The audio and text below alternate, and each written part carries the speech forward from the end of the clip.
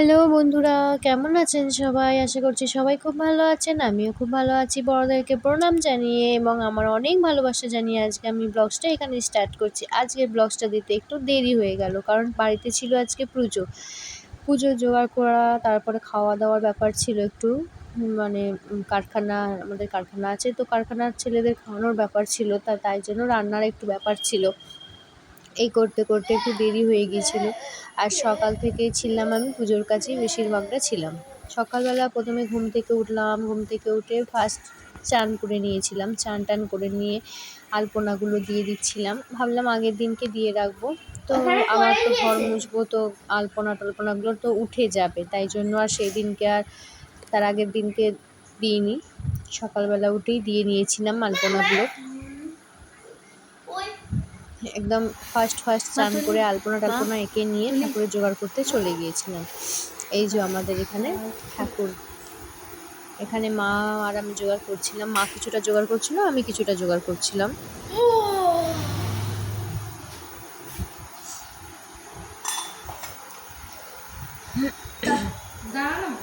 আর কি জোগাড় করতে করতে কিছুক্ষণের মধ্যেই চলে এসেছিল ঠাকুরমশাই এসেছিল।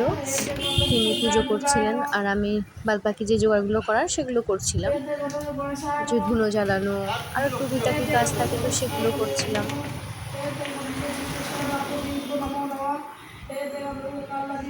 আর আজকের ওয়েদারটা খুব ভালো ছিল। কদিন ধরে প্রচণ্ড পরিমাণে বৃষ্টি হচ্ছিল।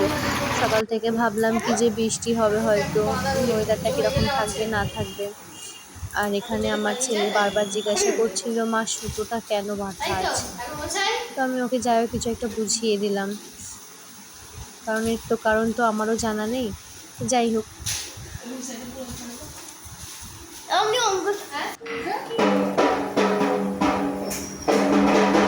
এই যে আমাদের ঠাকুর, আর এখানে আমাদের পুজো হচ্ছিল। সারাদিনটা একটু আজকে বিজি ছিলাম অনেকটা পরিমাণে, যার জন্য আমার ব্লগসটা সকালের দিকে আর দেওয়া হয়নি, অনেকটা লেট হয়ে গেল দিতে।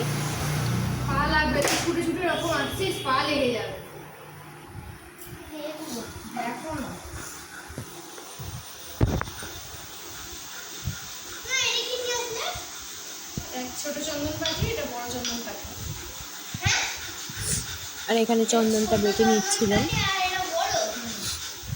সকালবেলা চন্দনটা রেডি করে রাখতে ভুলে গিয়েছিলাম। তার কিছুক্ষণ পরে যখন ঠাকুরমশাই আসে, তখন আমি দেখছিলাম যে চন্দনের বাড়িটা তো কই খুঁজে পাচ্ছি না।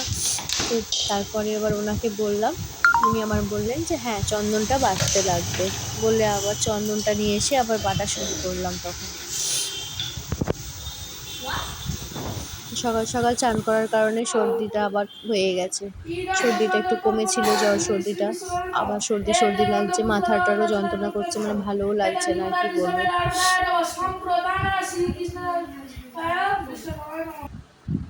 আর এখানে পুজো হয়ে যেতে দেখো আমি ওখানে তোমার দাদাভাই বললো যে বিরিয়ানি আনা হবে। তা বিরিয়ানি আনা হবে, বাড়িতে মাংসটা রান্না করা হবে। তাই জন্য মাংস এনে দিয়েছিল, আমি মাংসটা ভালো করে পরিষ্কার করে রান্নাটা চাপিয়ে দিয়েছিলাম। আজকের ব্লগসটা আর বেশি বাড়ালাম না, কারণ বেশি কিছু আমার আজকের ব্লগসে দেওয়া হয়নি। তো তোমাদের কেমন লাগলো আমাদের পুজো এবং সব কিছু কমেন্ট করে জানিও। আজকের ব্লগসটা এখানেই শেষ করছি। আর সেরকমভাবে তো কিছু দেখাতে পারলাম না, যতটা পারলাম তোমাদের সাথে শেয়ার করেছি। চলো টাটা, সবাই খুব ভালো থেকো। আবার একটা নতুন ব্লগসে তোমাদের সাথে আবার দেখা করব। আর শরীরটা কদিন ধরে খুবই খারাপ ছিল, তাই জন্য ব্লগসটা দিতে পারছি না। চলো টাটা, সবাই খুব ভালো থেকো।